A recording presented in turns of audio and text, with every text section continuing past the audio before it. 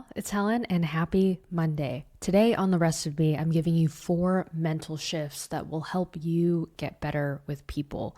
And I explain the reason why this is important later in the episode, but I wanted to give you 4 things to take in right away, just so you get an understanding of what I'm talking about today. Number 1, what's in it for them? Number 2, what's the growth opportunity for me? Number 3, how can I make it better for them?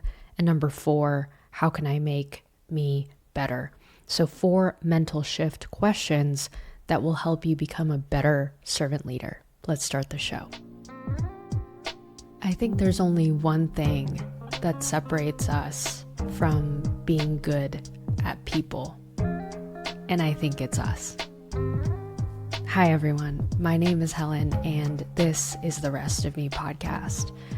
As someone that works with other people for a living and counsels them, I know what it's like to continue to want connection and want a deep-seated understanding of who you are and still not get it back.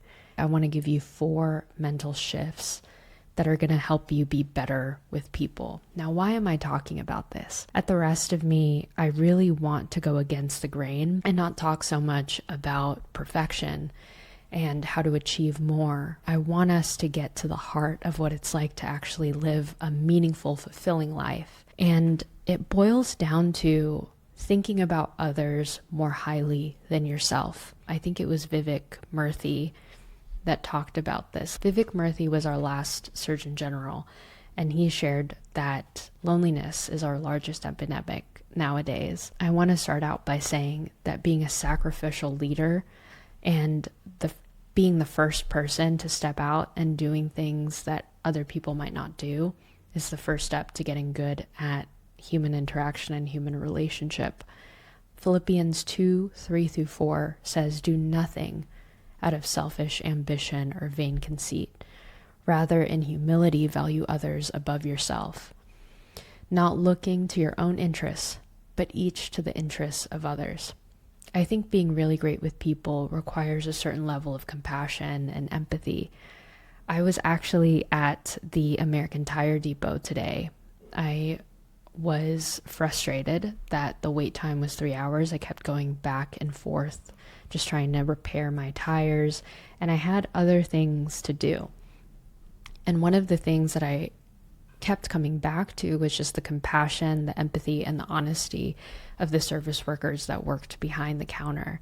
I had never experienced such kind mechanics and front desk associates. And I think what made them really effective at their job was the fact that they actually took the time to hear my concerns. The response from the service worker was, our employees are working really hard to get everything done.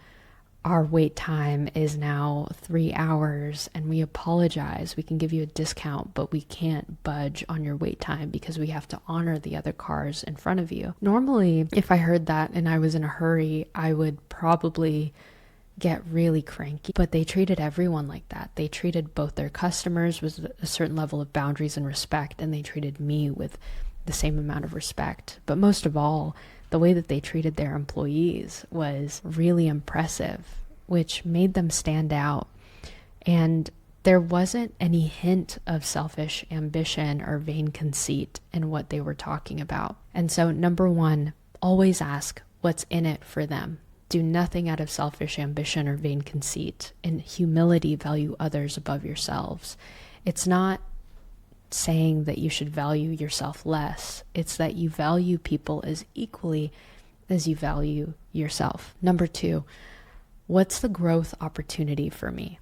One of the things that I always ask when I'm going through a really hard time is I ask myself, what can I learn from this? How can I grow? Working with people in the mental health field, you come across a lot of different types of people. And I've learned that everyone has a different value system, a different cultural background, a different upbringing. But the thing that connects us is curiosity and the desire to learn and grow. And learning and growing actually creates a faster threshold for connection and opportunity. Which begs the question, which is number 3, how can I make it better for them? How can I make it better for them? One of the principles of the 7 habits of highly effective people is remembering the win-win principle. And so if you've never read Stephen Covey, one of the best pieces of advice that the book talks about is, in order to maintain strategic leadership and effective leadership, you need to develop what's called the win-win strategy. Meaning, how can they benefit from this and how can I benefit from this? And that creates a long-term relationship that allows for employee retention, satisfaction, just in work life, because a person doesn't feel like they lose out when they're working with you.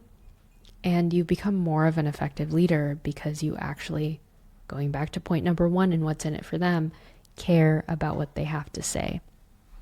And lastly, how can I make me better?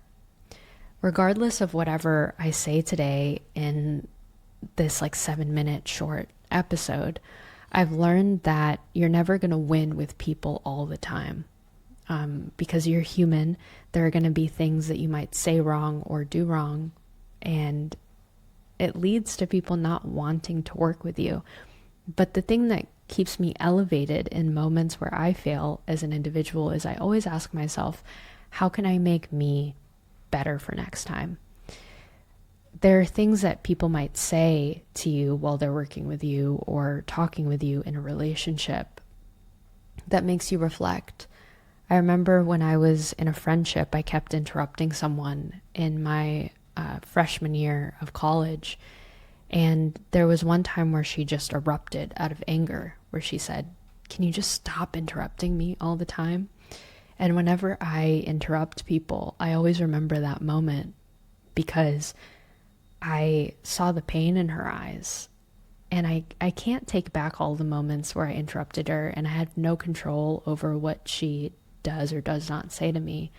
But I really appreciated that moment of volatility that happened in our friendship because it allowed me to be conscious of some of my faults as a human being. Every time I miss an opportunity to connect and hear someone, I ask myself, what didn't I listen to? What are some things that I can do better next time? And so being mindful of your time today, I just wanted to give you those 4 points, and I'm going to summarize them for you again. Number 1, what's in it for them? Number 2, what's the growth opportunity for me? Number 3, how can I make it better for them? And number 4, how can I make me better if I fail? So I hope that helps you today. If not, tell me. Put it in the comments. What can I do better? You can send me an email at restofmepodcast@gmail.com if you want me to talk about something specific. But I just wanted today's episode to be a place of appreciation. Because as Dave Cashin says, life coach, he says, what we appreciate appreciates. And I want us to be able to appreciate the value of human relationship. Talk to you all soon. See you later.